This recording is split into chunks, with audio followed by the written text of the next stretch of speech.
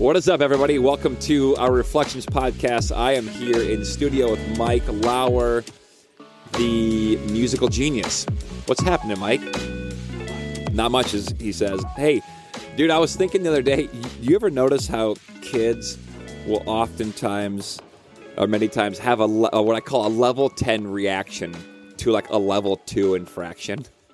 Sometimes I would tell my kids, hey, listen, you are having an outlandish level 10 reaction to a level 2 infraction. And like, what I mean is like your kid wanted to cut up the bananas on their own and you started without them and they just lose their minds and like fall on the ground, flailing, screaming. And there's a part of you as the adult that's like, what is happening? Like, this is like an out-of-body experience because you are acting like a maniac when what happened was not that big a deal.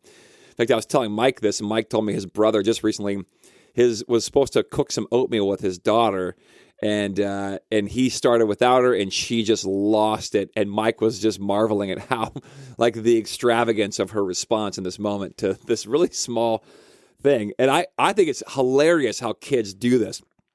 But here's also what I noticed. It's not just kids that do this. Adults do it all the time, too, if you watch them closely enough, or even just turn on the news. I mean, how in the world does anybody in a traffic, or like, how does a traffic infraction result in a shooting death or like a fist fight? Like, you cut a guy off and now it's come to blows. Like, is that really a measured response to a guy cutting you off in traffic? Or I saw this video online. It was bananas. This guy was on the golf course and there was a cart, and this guy who was by himself picked up the wrong ball. And this group was trying to tell him, hey, that's our ball. And he's like, no, it's not. It's my ball. And they start arguing. I don't know why they're filming this, because that's what we do, I guess, nowadays. We film everything. And they start arguing. And the guy like rips off his shirt and starts screaming, like almost like in this monstrous kind of, it was wild. And like starts like punching himself in the chest and wants to like, and they get freaked out and they drive away. Probably wise, because this guy was like losing his mind. And anyway, I've noticed that we as adults, as well as kids, we oftentimes react like this, right? I call it like we react rather than respond. And it's this outlandish level 10 reaction to sometimes a low-level infraction. And when we do it, it lacks a certain amount of wisdom or thought or even clarity or even any kind of helpful, way forward.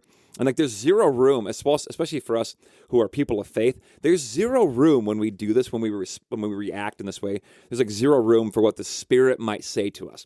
Like, we don't have any time to think, hey, what would be a good idea here? God, help me out in this moment. Because we jump right from the catalyst or the thing, the moment, right into my reaction, which is oftentimes this wildly inappropriate reaction. So we strike first and we ask questions later. So, like, the moment, the infraction, this conflict, it sort of provokes in us this outlandish response. And we just lose it and we lose our minds. But here's the thing, too. I learned this, a while ago in therapy. There's also another end of the spectrum. You could see this like this level 10 reaction as like, let's say you had a spectrum of 0 to 10. This would be like an 8, 9, or 10 reaction, like just losing it, yelling, screaming, throwing a tantrum, wanting to fight. This is like a high-end response. On the other end, though, is kind of the opposite, a response to a conflict or an infraction or something that happens to you. On the other end is this almost disengaging, checking out, numbing, or like absolute apathy. So you could say like, hey, maybe on the scale, like 1 through 3 would be like just 0 on the outside, 0 response other than like just checked out, disengaged. They don't even want to say anything or respond anyway. It's like just closing down, shutting down. And I forget what it's called in therapy, but there's a word for it. If you are smarter than me, let me know. You can email me or call me or whatever, but it's like hyper versus hypo are the prefixes. But so 1 through 3 is like this absolute checking out, disengaging kind of a response. 8 through 10 is like an absolute losing your mind, going bonkers, bananas, violent outburst. And in the middle, though, this 4 through 7, if you think about it that way, there is a tempered, measured response, a calm response. a sort of slower response to the thing. And if you think about, like, it's almost political season here in this country anyway.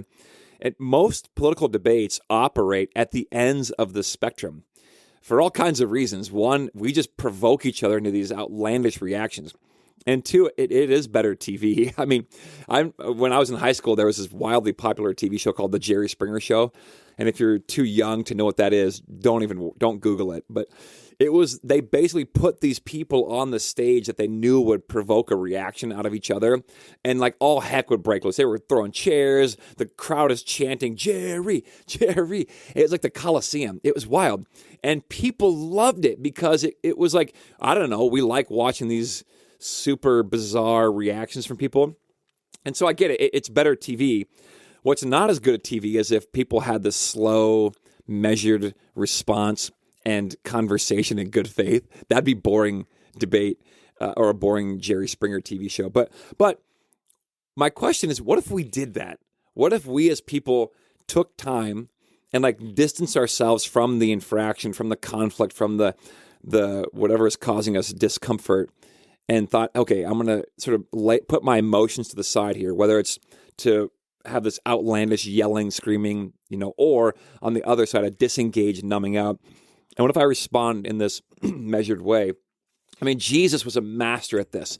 There's this moment where they try to trap these experts in the law, try to trap him. And they're like, hey, Jesus, what should we do should we pay taxes to Caesar or not? And these are experts in the law. They know that if he says, yes, pay your taxes to Caesar, he's indicating, at least in some way, that Caesar is God and Lord, which Caesar thought he was. So pay homage to the Caesar and submit yourself to his authority. If he says, no, don't pay taxes to Caesar, he can be executed as a traitor and as a revolutionary. And so he's sort of stuck. But he doesn't react. He doesn't like go crazy and start, punching people. And he also doesn't just like shut down and walk away. He says, hey, whose face is on the coin? And they're like, Caesar's. And he's like, well, look, give to Caesar what is Caesar's and give to God what is God's. It's brilliant, this response. And he's right in that 4 to 7 range. He's just super chill. Hey, man, give to Caesar what is Caesar's. Yeah, give him that coin. That coin doesn't matter. I don't care about the coin. And then give to God what is God's. If you're a Jewish person, which that's who his audience is in this moment, they hear that. What belongs to God? Well, for a Jew, everything. So give Caesar that measly coin. I don't care, but give to God, which is everything. What is God's? Give God everything. Everything belongs to God, even the Caesar. And the Caesar has to bow his knee. I love it. It's this brilliant response. So today, may you be a person who pushes back on these polar responses. May you not overreact or underreact. May you respond in this gracious, temperate, measured way. May you practice it, because you might need to have some practice. May you slow down and breathe deeply, give things time, and may be a person of response. All right, love you guys. Peace out. Hey, if you enjoy this show, I'd love to have you share it with some friends. And don't forget, you are always welcome to join us in person at Central in Elk River at 8:30, which is our liturgical gathering, or at 10 o'clock, our modern gathering. Or you can check us out online at clcelkriver.org. Peace.